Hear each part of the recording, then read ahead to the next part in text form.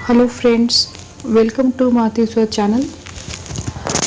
अगर आपकी शादी हो चुकी है और अब साथ में 1 साल से ज़्यादा रह रहे हैं और आप गर्भधारण नहीं कर पा रहे हैं, गर्भधारण नहीं हो रहा है, तो आपको क्या क्या टेस्ट कराना चाहिए, आज आप यह जानेंगे। सबसे पहली बात यह है कि पति पत्नी दोनों को डॉक्टर के पास इलाज के लिए जाना चाहिए।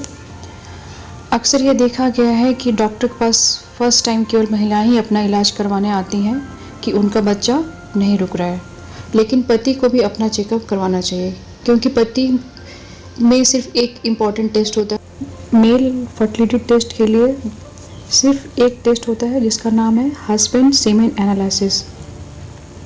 तो मेल फर्टिलिटी टेस्ट के लिए सीमेन एनालिसिस किया जाता है। इसमें पति को कम से कम 3 से 5 दिन संबंध नहीं रखना चाहिए और बिना संबंध रखे लैब में जाके मास्टरबेट करके सैंपल दिया जाता है और उसे प्रोसेस किया जाता है सैंपल को विदिन 30 मिनट्स, और उसके बाद उसको एग्जामिनेशन किया जाता है।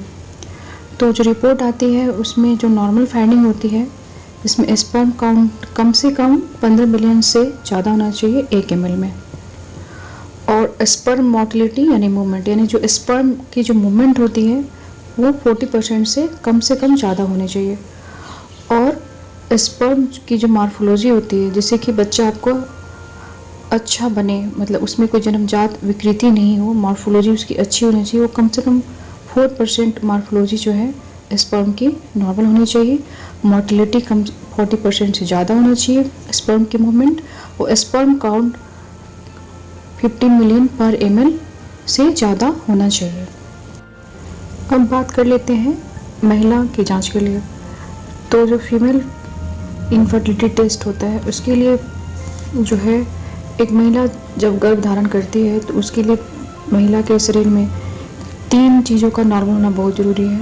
इसमें 3 पार्ट होते हैं। बच्चादानी, एक नली होती है जिसको फैलोपियन ट्यूब बोलते हैं, जो अंडादानी से कनेक्ट होता है, जिसको ओवरी बोलते हैं।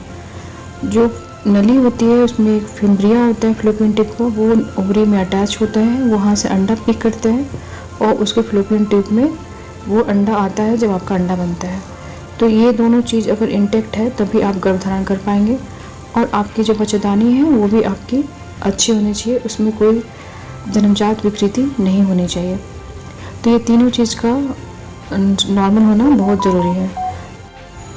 अंडादानी यानी ओवरी का जो टेस्ट होता है ओवेरियन रिजर्व के लिए, वो होता है एमिस टेस्ट, जो मेंसेस आपके जब शुरू होते हैं मेंस्ट्रुअल साइकिल, तो डे 2 to डे 5 में किया जाता है। दूसरा टेस्ट है थायराइड का।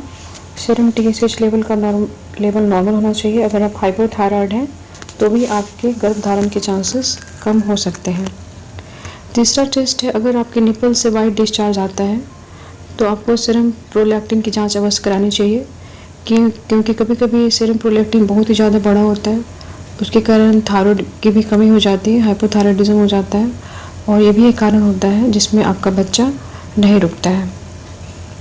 अब ट्यूब पेटेंसी की बात कर लेते हैं। तो जो ट्यूब होती है फैलोपियन ट्यूब, उसकी पेटेंसी को देखने के लिए हिस्टोसल्पिंजियोग्राम किया जाता है, जिसमें एक डाई डाला जाता है और उसका ट्यूब का एक्सरे लिया जाता है, जिससे पता चलता है कि आपकी ट्यूब नॉर्मल है कि नहीं, और ये आपके मेंस्ट्रुअल साइकिल के 7वें, 8वें और 9वें दिन में किया जाता है। लास्ट टेस्ट है अल्ट्रासाउंड ऑफ पेल्विस, जिसमें आपको बच्चेदानी देखे जाते हैं, यूट्रस, ओवरी और एडनेक्सल यानी कि फैलोपियन ट्यूब देखा जाता है। तो ये थे कुछ टेस्ट जो महिला और पुरुष दोनों को कराया जाता है। अगर आपको ये जानकारी अच्छी लगी है तो वीडियो लाइक करें and subscribe my channel for genuine pregnancy updates. Stay healthy. Bye bye.